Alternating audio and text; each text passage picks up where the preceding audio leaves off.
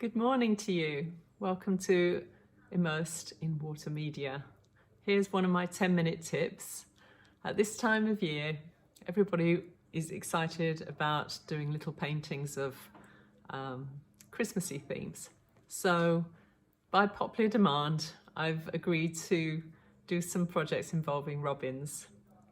Robins are one of my favourite birds too. Robins and berries this time of year just sum it all up, don't they?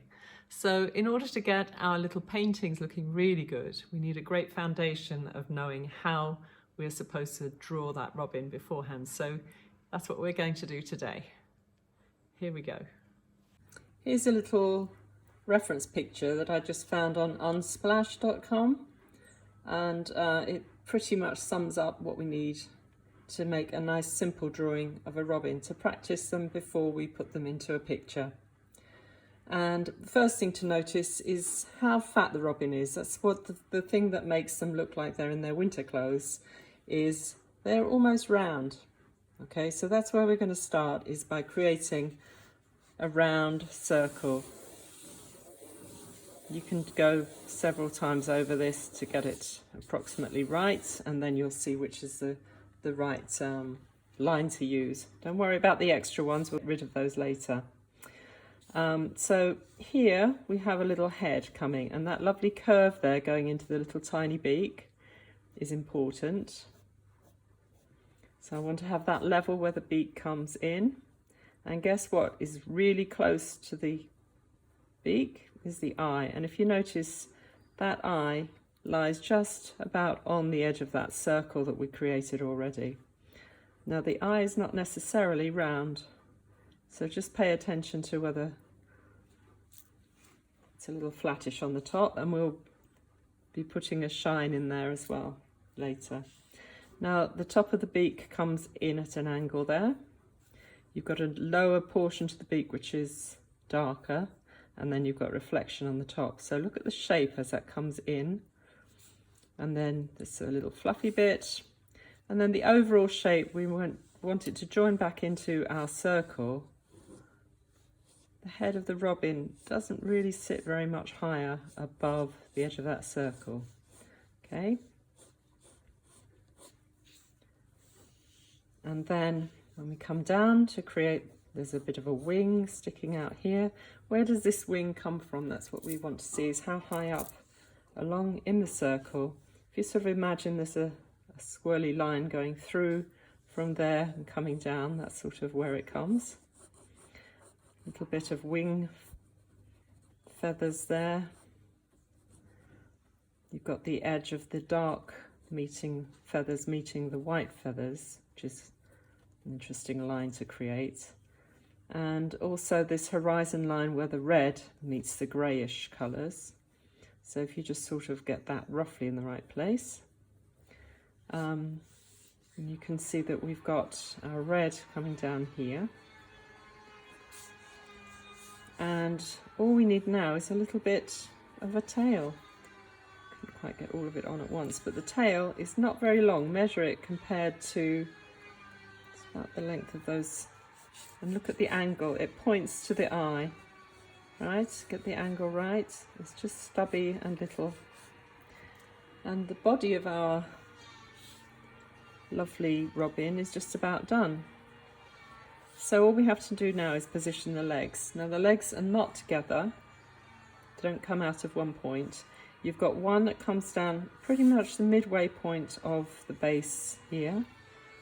Look at the angles that those little legs come out at. And the other one comes halfway between this leg and the tail, so about here, and the angle's slightly different.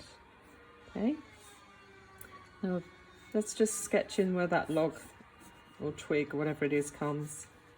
Hopefully we'll be putting in something more exciting in our actual painting, but just for now, let's do the toes. Quite long toes, and little claws on the end of those toes.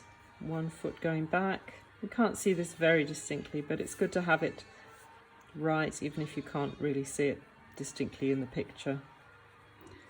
Get used to those angles. The middle toe comes out pretty much at the same angle as the leg. And it's going to be more dominant because it's coming towards you. This one actually needs to be a bit more thickness on the edge there, and it's curling round. And then you've got the back toe going back over there, and another one sitting right here. Okay, and there we have a little robin. So we're going to just erase some of these unwanted lines. And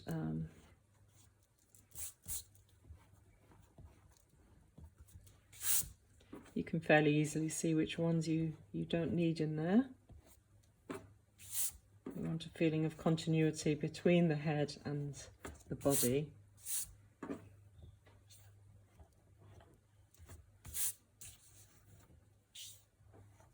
Any lines that are too geometric looking or too strong, you can just get rid of those.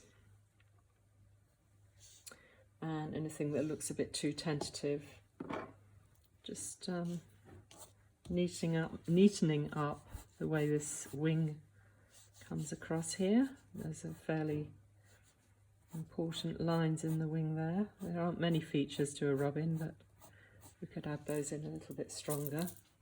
And the shape of that,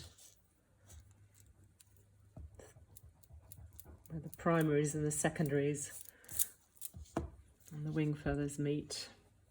Okay, you can put in more or less detail as you wish. We're only doing a very quick sketch here today. So, and of course, if we darken up the beak, underneath of the beak, keeping that point sharp, little feature there, his nostrils, and remembering to leave the shine light, just darken up the eye. That little bright eye on a robin is so distinctive. And of course we'll be looking at how to create this lovely red colour in watercolour or possibly ink. Let's do some extra lines down here.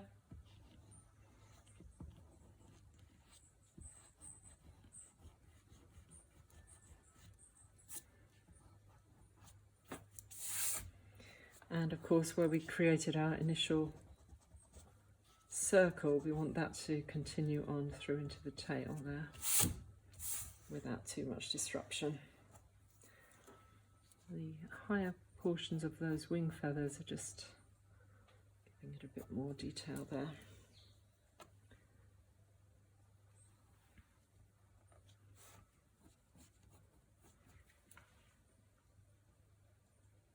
Okay. Going to make that very pale because it's a transition, not an actual feature. And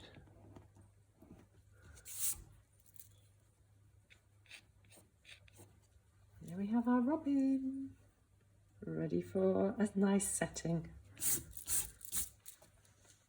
Hope you've enjoyed today's session. Thank you for watching. If you've enjoyed this session, this is just one of the extra ones that I provide in Immersed in Water Media Painting Club. You can find it on Patreon, and maybe think about, if you know somebody that loves painting, maybe think about giving a month's subscription for a gift. There's no commitment for the year, you can sign up month by month. Please enjoy this one and hope to see you online. Thanks, bye for now.